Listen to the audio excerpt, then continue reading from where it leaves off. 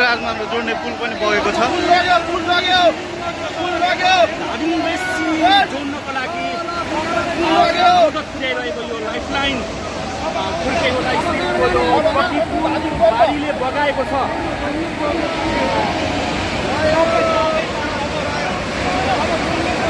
कोशी नदी रसुवामा तिब्बत तटबाट ठूलो बाढी प्रवेश गरेकोले अर्को सूचना नआउँदासम्म त्रिशुली नदीको तटीय क्षेत्रका जिल्लाहरू नुवाकोट, धादिङ, चितवन, गोर्खा लगायतका स्थानहरूमा उच्च सतर्कता सहित सुरक्षित स्थानमा रहन अनुरोध छ।